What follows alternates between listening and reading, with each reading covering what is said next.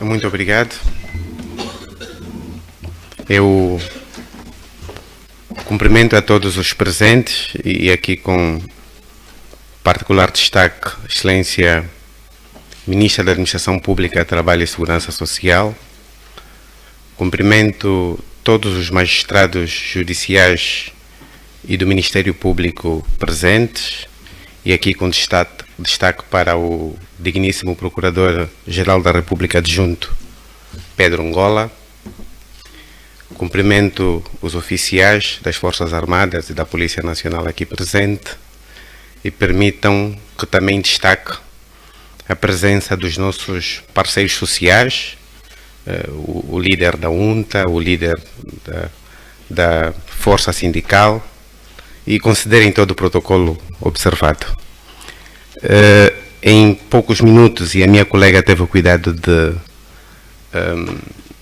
reafirmar, faremos aqui uma breve apresentação dos principais motivos e das principais razões que tiveram na base da alteração da Lei 715 para a Lei 1223. E vamos, se calhar, sistematizar em 4 ou 5 blocos principais.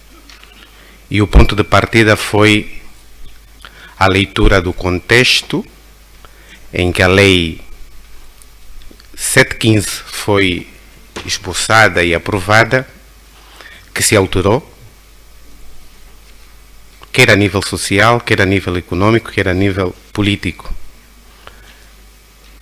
Só para terem uma ideia, tivemos acesso aos resultados do recenseamento das empresas, que foi levado a cabo pelo Instituto Nacional de Estatísticas, e os resultados foram surpreendentes. Foram recenseadas pouco mais do que 83 mil empresas, para ser mais preciso, 83.722 empresas. Destas, mais de 91% eram microempresas. Perto de 8% eram pequenas empresas. E o residual é que eram médias e grandes empresas. Portanto, das mais de 83 mil empresas, nós tínhamos 347 grandes empresas, que representavam 0,5%. Se fizermos uma correlação entre estas empresas e o número de trabalhadores e funcionários, e olharmos para aquilo que são os dados do Instituto Nacional de Segurança Social, onde estão arrolados os contribuintes e segurados, para o caso trabalhadores e funcionários, temos pouco mais do que 2.500.000 segurados, inscritos. A conclusão é clara. A grande maioria dos trabalhadores, pelo menos formais, faziam parte do segmento de micro, pequenas e médias empresas. E uma das grandes marcas da Lei 715 era a diferenciação do tratamento que era dispensado para os trabalhadores consoante estivessem numa micro, pequena, média ou grande empresa.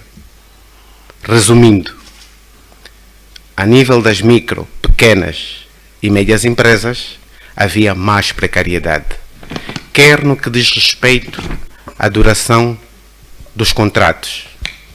Em teoria, os contratos de trabalho por tempo determinado poderiam chegar a 10 anos, quer no que diz respeito ao formato de cálculo das indemnizações, quer no que diz respeito ao modelo de remuneração das horas extraordinárias. Enfim, várias outras situações tinham um tratamento diferenciado consoante estivessem em grandes empresas ou neste outro bloco. O que pressupõe dizer que a grande maioria dos funcionários estava numa situação de maior precariedade. Isso fez com que o grupo técnico, entretanto formado, revisse o modelo que estava instituído a nível da Lei 715 e pudesse propor aqui propostas de alteração. Devemos também em consideração a questão dos compromissos internacionais do que o nosso país é parte. Nós somos membros da OIT, subscrevemos vários tratados e convenções e havia a necessidade de conformarmos os nossos instrumentos jurídicos internos, e aqui com principal incidência a Lei Geral do Trabalho, a esses instrumentos internacionais. Houve também a necessidade de ajustarmos alguma das opções da própria Lei Geral do Trabalho à arquitetura jurídico-constitucional presente na atual Constituição. E aqui, se calhar, destaque para os direitos de personalidade. Foi necessário, para lá da arquitetura constitucional, trazer para o âmbito infraconstitucional, para o âmbito da Lei Geral do Trabalho, os direitos de personalidade.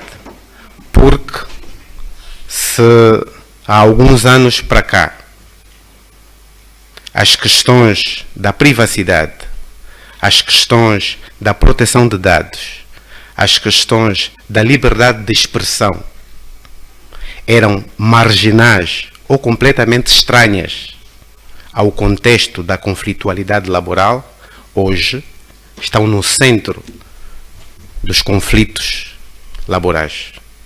Então foi necessário densificar estes direitos de personalidade e trazer para a Lei Geral do Trabalho. Fizemos também o esforço de enriquecer o leque de contratos especiais de trabalho, fruto da evolução que o mundo, a sociedade, o nosso país sofreu. Foi necessário trazer para a lei o contrato de teletrabalho, que podemos dizer veio, viu e venceu. De 2019 a 2020 para cá, é uma realidade muito presente a nível do mundo e Angola não é exceção. Em 2021, tentou-se avançar com um regulamento cuja constitucionalidade foi questionada por muitos de vós. Então foi necessário assumir e trazer para a lei este instrumento jurídico de capital importância. Para além do teletrabalho, a nível dos contratos especiais, trouxemos também o contrato de trabalho doméstico, muito presente na nossa realidade, cujo regulamento também era questionável em termos constitucionais. Quem fala do contrato de trabalho doméstico, fala também do contrato de trabalho desportivo. E, finalmente, com coragem, assumimos a figura do contrato de comissão de serviço.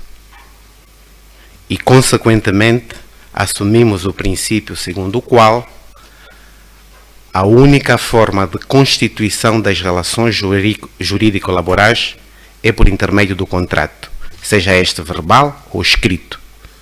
Deixamos de admitir outras formas de constituição da relação jurídico-laboral que não a contratual. Para isso, foi necessário enriquecer o leque e o catálogo de contratos especiais de trabalho. Olhamos também para aquilo que era o principal motivo de fricção entre os sindicatos, as entidades empresariais e o próprio Estado.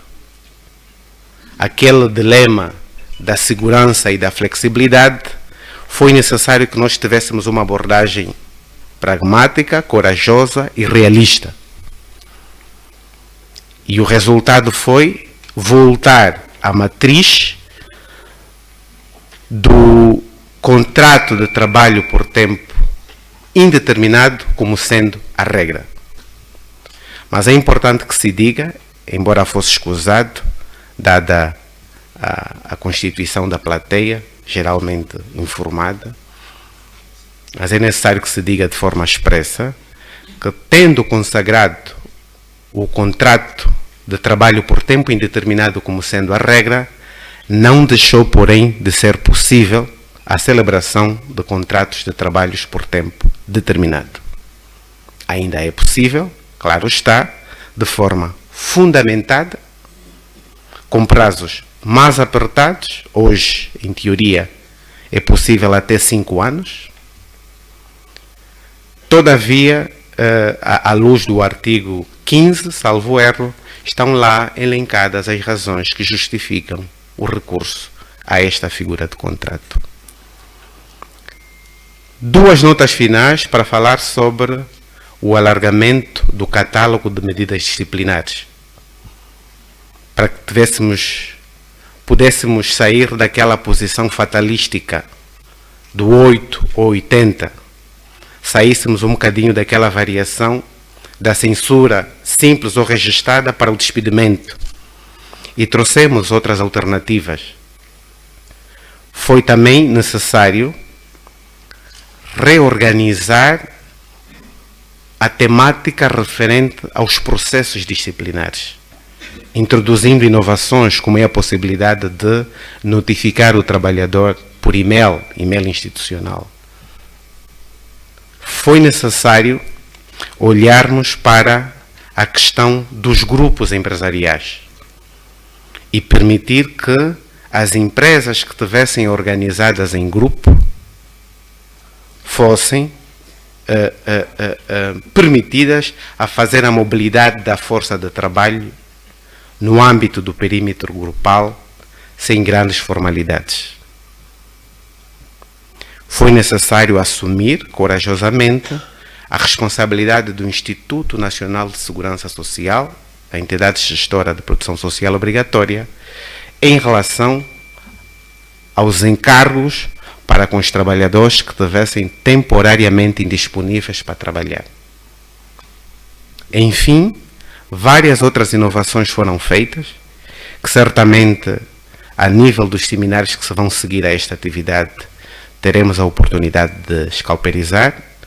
E aqui, com a permissão da Sua Excelência Ministra da Administração Pública, Trabalho e Segurança Social, queríamos agradecer os nossos parceiros, porque o resultado desta legislação só foi possível porque tivemos, desde o primeiro minuto, no grupo técnico envolvidos sindicatos, organizações patronais, magistrados judiciais e do Ministério Público, advogados, docentes das universidades públicas e privadas e, claro, os nossos quadros do setor. Permita, Sra. Ministra, que em seu nome e em nome do Ministério da Administração Pública, Trabalho e Segurança Social, agradeça penhoradamente a todas essas sensibilidades e por todo o suporte que nos foi dado. Muito obrigado.